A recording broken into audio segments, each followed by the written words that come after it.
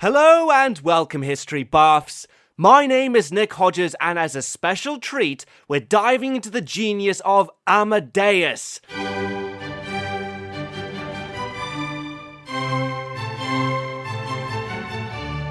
Winner of 8 Academy Awards, and deservedly so, this is the story of one of the greatest and controversial classical composers of all time, Wolfgang Amadeus Mozart, and his deadly rivalry with Antonio Salieri.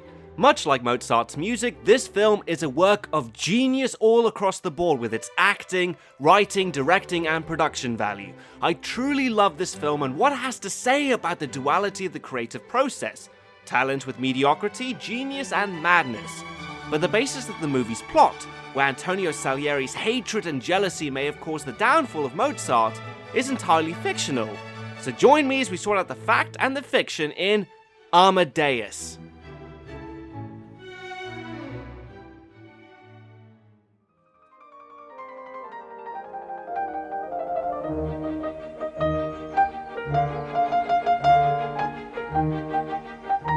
This obviously goes without saying, but when we think of Mozart, our minds conjure up images of an intellect with a complex understanding of human emotion, able to move audiences throughout the centuries from sheer joy to tears in a single movement. How else can someone compose such brilliant pieces of music and not be the epitome of perfection himself? Arguably, almost every single thing he ever put to paper is considered a masterpiece today. And also it's important to point out that all of this was done without corrections or rewrites. To mark all of this up as an achievement is an understatement to say the least. So, you can begin to wonder, what kind of a man was behind the music? This man had written his first concerto at the age of 4. His first symphony at 7. A full-scale opera at 12. Did it show? Is talent like that written on the face? Which one of them could he be? And not long after that, the rug is hilariously pulled beneath our feet, as we see a young Mozart rolling around on the floor with a girl, acting like nothing any of us ever imagined. And this is exactly what I love about this movie. Instead of presenting Mozart as a paragon, the film instead decides to portray him as a walking, talking contradiction of his own music. Someone who's less like a child prodigy and more like a man-child. He's immature. Say, I'm sick. Yes, you are. You are very sick. No, say it backwards, shitwit. He's vulgar. He constantly gets wasted. And probably has the most annoying giggle ever put on screen.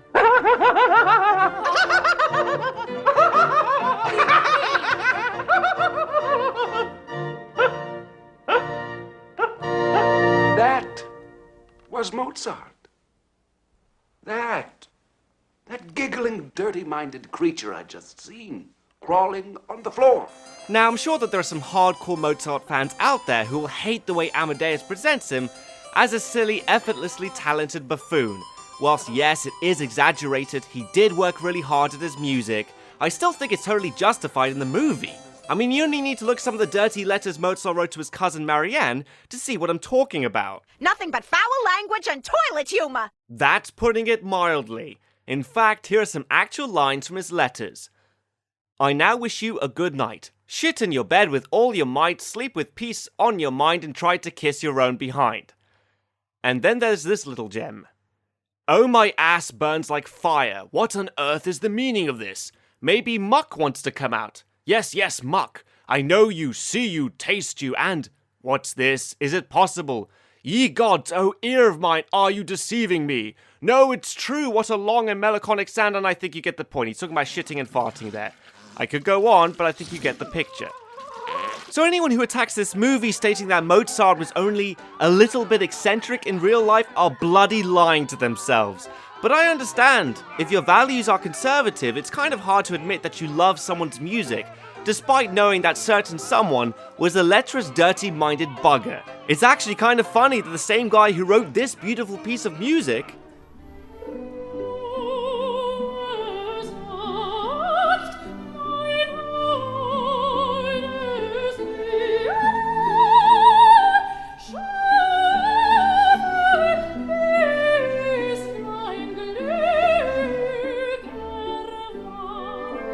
also wrote a little party piece for his mates called Lick My Arse Nice and Clean.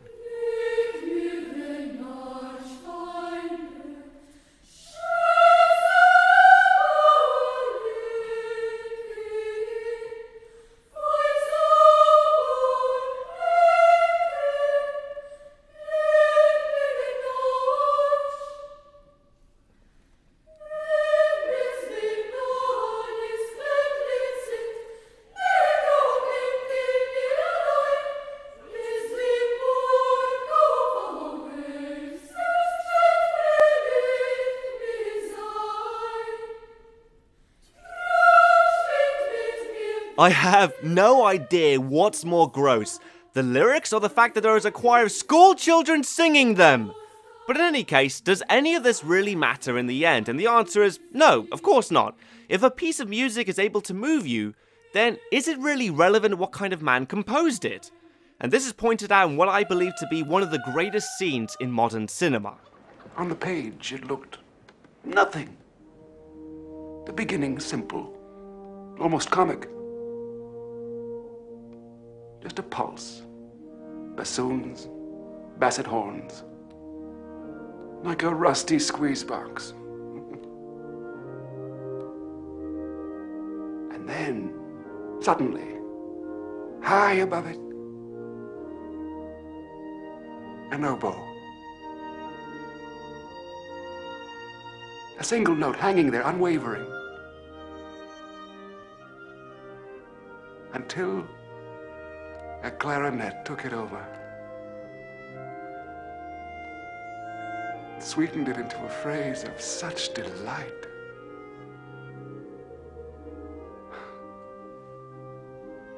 This was no composition by a performing monkey. This was a music I'd never heard. Filled with such longing, such unfulfillable longing. It seemed to me that I was hearing the voice of God. Excuse me. In a way, it does make sense to me how Mozart's music was able to walk hand in hand with his emotional immaturity. I mean, let's just be honest here, he didn't exactly have a normal childhood.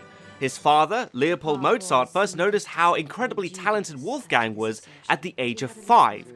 Since he was a composer himself, he was able to pick up straight away that his son's gift was something extraordinary. That evening when I asked him to play me something, I knew immediately that my life was now in servitude to something as rare, sounds poetic, I grant, as rare as when the moon blots out the sun. From that moment on, Leopold dedicated not just his life, but his family's future on Wolfgang's music career as a child prodigy. On the 9th of June 1763, Leopold and his entire family packed up everything to leave Salzburg for a grand tour of Europe, simply to promote his son's music. He invested enormous amounts of the family's wealth to provide servants, horses, carriages, clothing, and food, because they would be spending the next 3 years of their lives on the road. Their journey would take them all over Europe, from Munich, Brussels, Paris, and even London, to have Mozart perform before nobles, aristocrats, and monarchs, impressing them all with Mozart's talents and winning even further recognition by having him perform tricks, such as being able to play blindfolded or even covering his hands with a cloth so you couldn't see the keyboard.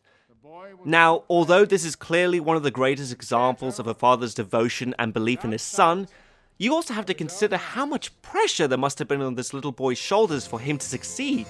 And even more important was that young Mozart was essentially giving up his childhood for his music career. So, it's not that odd in the end why Mozart turned out to be a little bit of an oddball. I mean, I can clearly think of one other child prodigy in more recent times. Oh, baby, give me one more chance. Won't you please let me? Yep, that's right, I'm making a comparison to Michael Jackson. Bear with me. They were both second to none in their professions, had overbearing fathers who wanted nothing else for their sons to be famous, they were denied a typical childhood, and as a result, recessed in a childlike state when they became adults, and most important of all, they both used their music as their ultimate form of expression and inspiration. I call it my giving tree because it inspires me. I love climbing trees in general, but this tree I love the most because I climb up high and I look down on its branches, and it gives me, I just love it, so many ideas. I've written so many of my songs in this tree. I wrote Heal the World in this tree, Will You Be There, Black or White, Childhood. Oh, you monster! No one exists but you, do they? You and your music. I warned her. Choose a man, not a baby, I said. You marry him, you won't have a pot to piss in. You selfish thing. Selfish, that's what you are, selfish. Simply selfish. You hear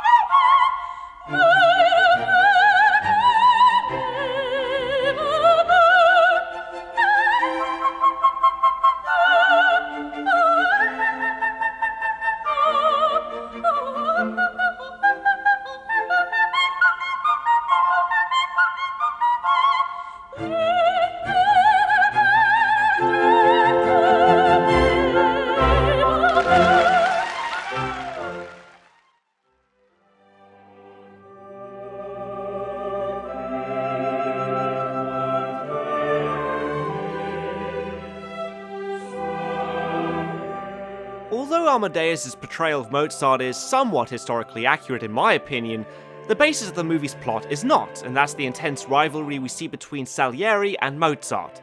It's simply not true. Not in the way it's presented in the movie anyway, and certainly not to such an extent where Salieri's bitter jealousy and hatred towards Mozart made him want to murder the man. If there was any rivalry to speak of, it would have been more on a professional level rather than a personal one. Good morning, Court Composer. This is my niece, the Princess Elizabeth. Your Highness. She has asked me to advise her on a suitable musical instructor. I think I've come up with an excellent idea. Oh, Your Majesty. It would be such a tremendous honor. I was thinking of Herr Mozart. What is your view? It's an interesting idea, Majesty, but Yes? my concern is to protect you from any hint of favoritism.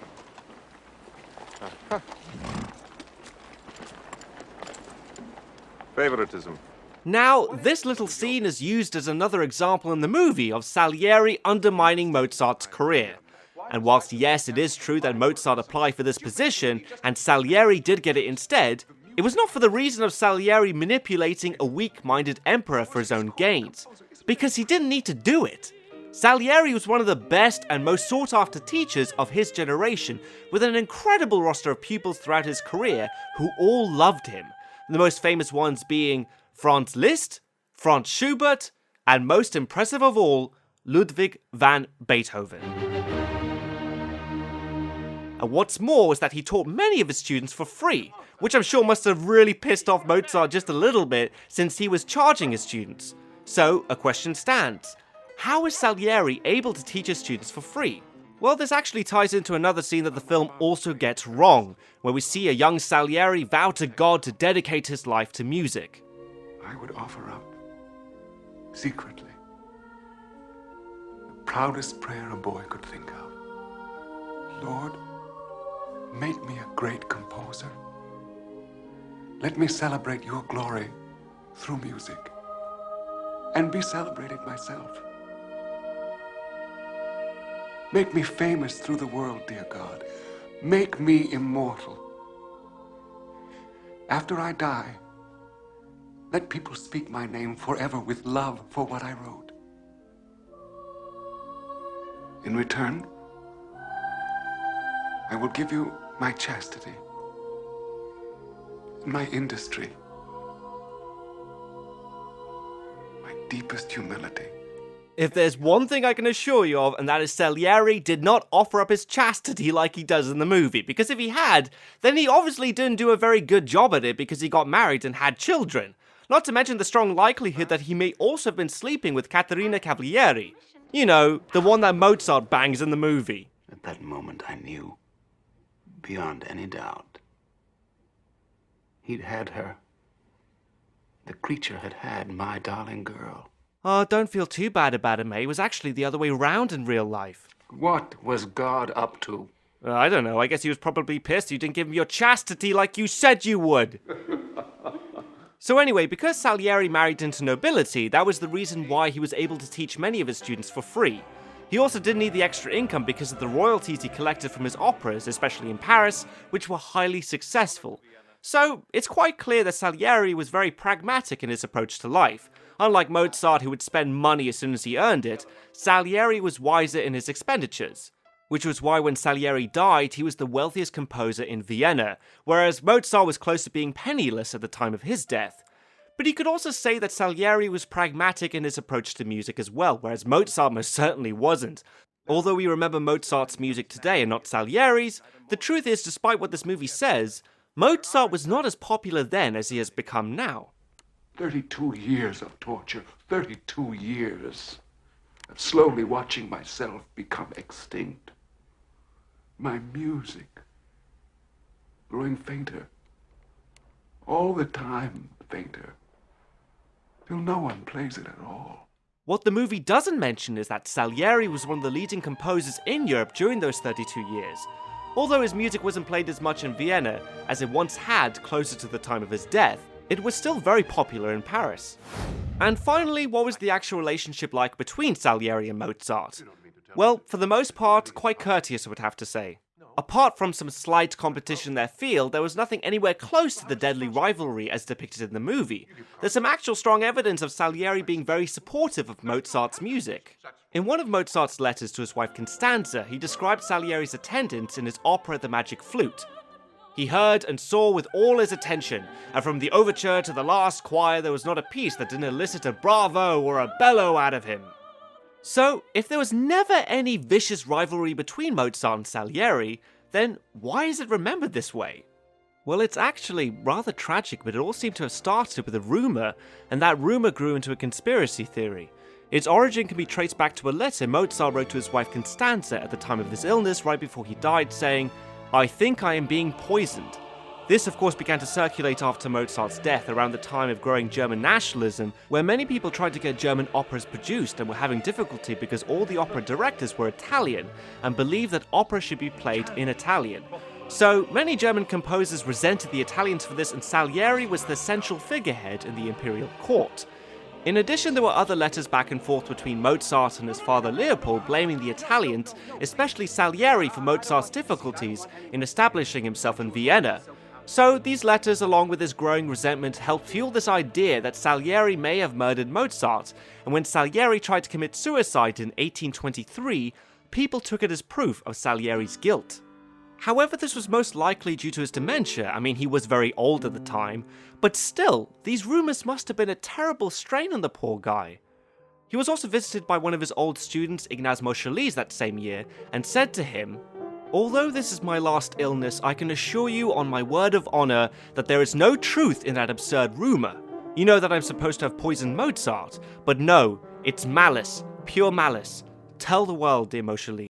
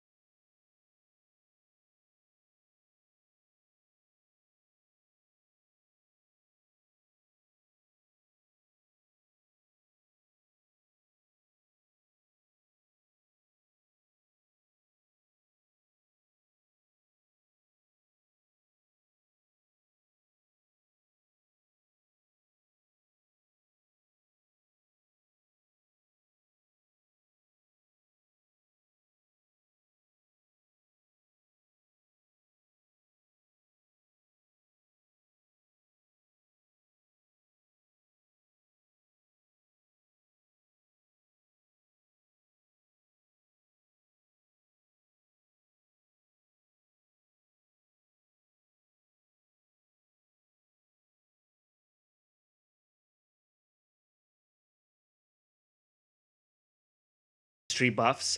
And remember, if you like the show, help the channel grow. Don't forget to hit that like and subscribe button. And let me know in the comments section what you thought about Amadeus. And of course, what historical movie should I review next? In the meantime, check out the History Buff's Twitter and Facebook pages for new updates. Until then, I'll see you next time.